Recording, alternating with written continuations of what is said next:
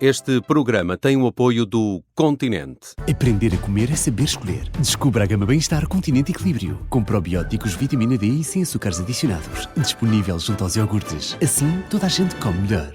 A vida passa a comer. E assim, com a maior variedade de frescos, produtos de qualidade das marcas Continente e refeições prontas a levar, sempre aos melhores preços, toda a gente come melhor. Continente. É de toda a gente.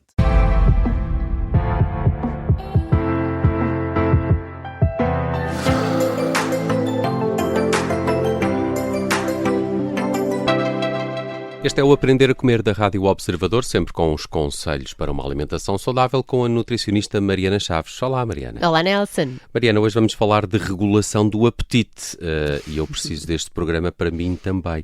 Porque é que este é um tema tão importante? Sobretudo quando se assinala, pelo que percebi, o Dia Nacional da Luta contra a Obesidade. Exatamente. É importante porque ainda se fala muito de peso e obesidade como se fosse apenas aqui uma questão de força de vontade, não é? O comer menos, o fechar a boca, eu tenho é que fechar a boca, tenho é que mexer mais.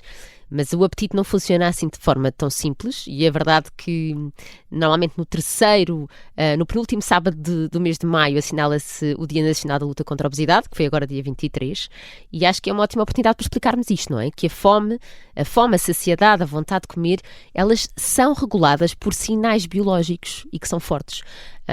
E por isso é que este tema interessa a tanta gente, porque há pessoas que dizem, eu até sei o que devia comer, isto é o que eu ouço mais, mas chega a uma certa hora e parece que o corpo já me puxa para o contrário, não é? Ou eu ando sempre a pensar em comida, por isso é um bocadinho aqui pensarmos que o apetite não é só estômago vazio, e aqui é uma conversa que é permanente entre o nosso intestino, já deixo aqui a dica, a gordura do nosso corpo e as hormonas que são libertadas até ao cérebro. Quando dizemos que o apetite é regulado pelo corpo, estamos a falar exatamente de quê? Quem é que manda, afinal, na fome? Parece que nós mandamos, mas na verdade estamos a falar aqui que o corpo vai... O corpo, na verdade, não regula o peso e a fome assim por acaso, ou seja... Como eu dizia há bocadinho aquela dica que é aqui uma comunicação entre três grandes sistemas do nosso corpo, que é o quê? É o nosso cérebro, que comanda tudo no nosso corpo, obviamente, mas recebe informação do intestino e do tecido adiposo, dos adipócitos, onde nós guardamos a gordura. E então o que é que acontece? O intestino vai enviar sinais de fome e de saciedade. E o tecido adiposo também. O tecido adiposo envia também informações e sinais sobre a quantidade de energia que nós temos armazenadas, não é? Sob a forma de gordura. Portanto, o cérebro vai receber esta informação e vai decidir se temos fome ou se estamos satisfeitos. É mais ou menos assim. Se vamos gastar energia ou se vamos poupar energia.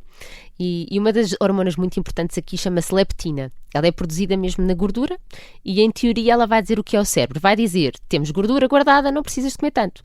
O problema é que na obesidade pode existir o que nós chamamos de resistência à leptina. Ou seja, esta leptina existe, sim, mas o cérebro não vai responder bem ao sinal. É um bocadinho como acontece quando já me ouviram falar aqui da resistência à insulina, que acontece bastante quando nós produzimos insulina, ou seja, o nosso pâncreas produz, quando em resposta temos consumido glucose, mas as células não respondem bem a isso. Portanto, aqui é igual à leptina, mas o cérebro não ouve como deveria e quando isso acontece o corpo pode continuar a defender mais fome, mais procura de comida e armazenar mais gordura. Portanto, não é que exista aqui um botão único da fome, existe aqui uma rede de sinais que quando essa rede não está regulada, a pessoa pode sentir que realmente está a lutar contra o próprio corpo. Então, o corpo tem aqui uma espécie de peso programado, não é? Que tenta defender a todo custo com estes sinais que envia ou não envia. Exatamente. Muitas pessoas dizem isso, que é quase como se tivessem ali um peso para o qual vão sempre, caminham sempre. Não é um número mágico, nós sabemos aqui é um intervalo que o corpo tende a manter. Está quase como se fosse aqui uma zona de conforto e, portanto, quando a pessoa está nesse intervalo, o corpo sente que está tudo relativamente estável e, portanto, não há aqui essas sensações exacerbadas. Mas quando há uma perda de peso, sobretudo se for rápida, se for muito restritiva, o corpo tende a interpretar isso como uma ameaça e o que faz é que vai ativar aqui mecanismos de recuperar, ou seja, para voltar àquele peso anterior. E que mecanismos são estes? Aumenta a fome, reduz a saciedade e também baixa um bocadinho o gasto energético, ou seja, o que gastamos ao minuto, vamos pensar assim, como aos carros. E torna aqui a comida bastante mais presente no nosso pensamento. É um bocadinho como se perdêssemos reservas, mas vamos tentar voltar ao ponto anterior.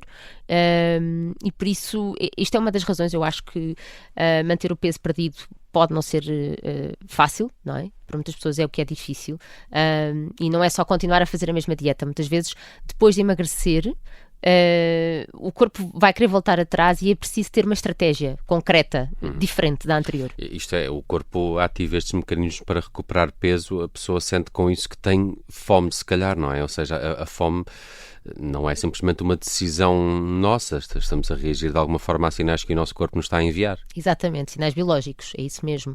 A fome não é uma decisão, assim como a sede também não. Eu gosto de fazer esta analogia porque eu, quando sinto sede, eu não decido se 2 golos de água vão-me chegar, não é? O meu corpo vai precisar de ir bebendo água e depois vai-me dizer, então, qual é a quantidade de água suficiente para a qual eu já estou bem. E com a fome é exatamente isso. Claro que nós temos escolhas, é importante dizer isto também, não é? Nós podemos escolher comer uma sopa, em vez de atacar um pacote de bolachas, podemos organizar a nossa cozinha ou planear as refeições, podemos pensar em dormir mais ou melhor para controlar melhor o apetite, que tem influência direta, podemos pensar em pontos estratégicos da nossa alimentação para consumirmos mais proteína, que sabemos que é mais saciante, porque portanto, o impulso da fome existe, não é? E da vontade de procurar comida, não é? E nós não podemos dizer que é uma decisão nossa, mas podemos também encontrar estratégias, não é? Para retirar aqui um bocadinho o peso da culpa. Eu sei que isto está a acontecer, então eu vou tentar agarrar as maiores estratégias que eu posso e não deixar a biologia acontecer sozinha. E para quem tem, e para quem não tem obesidade, mas sente muito esta fome, este craving ou vontade de petiscar um snack várias vezes ao dia, isto também se aplica? Sim. Nós todos temos estes sinais biológicos, sem dúvida. Não é preciso ser obesidade. Exatamente. Provavelmente eles têm provavelmente, não, é mesmo, tiveram durante muito tempo consecutivo, não é? Até chegar a este patamar de obesidade. E, portanto, sentem isso na pele de forma mais intensa. Mas... E é mesmo isto. Agora, há pessoas que passam o dia a petiscar, sem dúvida. Imagina assim, pessoas que passam o dia a petiscar, que dormem pouco, que comem pouca proteína, porque só teve pouca fome e só lhe apeteceu comer uma salada com um bocadinho de queijo fresco, em vez de comer uma proteína real. Trocar, por exemplo, queijo fresco por tofu ou por frango, vai consumir mais proteína. Outras porque começam o dia logo com açúcar, porque lhes apeteceu imenso comer aquela papa ou aqueles cereais, e ficam numa montanha russa de glicémia e, portanto, uma montanha russa de fome. Ou então que chegam ao final do dia, porque há pessoas que não se identificam com estes manhãs, mas identificam-se com o final do dia, que é chega ao final do dia exaustas e na realidade o corpo só está a pedir energia rápida, não é? Porque estiveram desregulados o tempo todo, com muitos períodos sem comer ou a comer coisas que fizeram andar nesta montanha russa. Portanto, uma dica muito prática é fazermos o que eu chamo uma auditoria da fome. Auditoria da fome, ok. Ou seja, gosto do termo.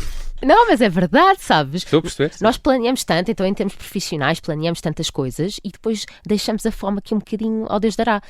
E a verdade é que se nós perguntarmos em que momento tenho mais fome, e pensando nisto, é às 18 horas, então o almoço realmente é uma altura que é estratégica para que eu consiga controlar melhor a minha fome ao final do dia. O meu primeiro lanche também poderá ser. Mas e se é depois do jantar? Talvez seja só uma questão de sono, de descanso, não é? Se é sempre a meio da manhã ou sempre durante a manhã, porque claramente o pequeno almoço tem que ser a peça-chave, não é? Temos que olhar sempre um bocadinho para trás, não é? Ao longo do dia. O que é que nós fizemos antes? Exatamente. As pessoas às vezes estão à procura da chave para aquela refeição. Eu tenho fome a esta hora, o que é que eu como a esta hora? E a chave é sempre olhar para a refeição anterior, 1 e 2 atrás, sem dúvida. Para terminar, qual é a ideia mais importante que gostavas que ficasse deste episódio? Que está a ser muito esclarecedor, a sério, até para mim, Mariana. Obrigado. Obrigada, Nelson. Porque isto é um tema, não é? Mesmo. Então, o que eu acho que era mais importante, a mensagem principal, é que o apetite não é aqui uma falha nossa, é biologia. E nós temos que atacar com tudo o que podemos. Mas isto não deve assustar, ou seja, eu quero tirar de lado, pôr de lado a questão da culpa, não é? Eu sinto-me com mais fome.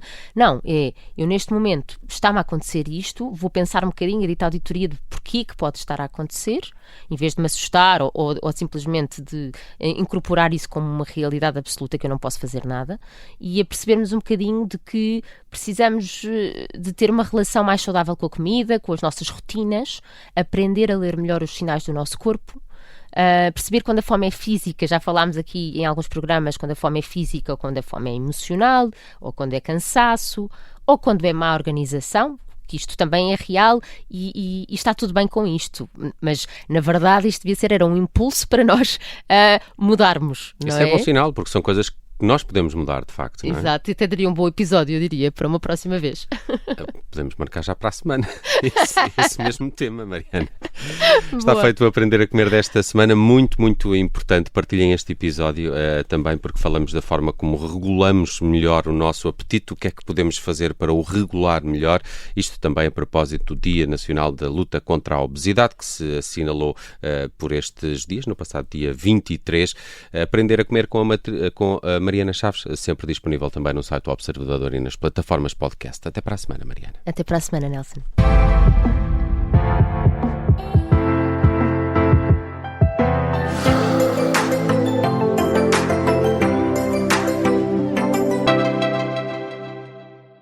Este programa tem o apoio do Continente. Aprender a comer é saber escolher. Descubra a gama Bem-Estar Continente Equilíbrio, com probióticos, vitamina D e sem açúcares adicionados. Disponível junto aos iogurtes. Assim, toda a gente come melhor.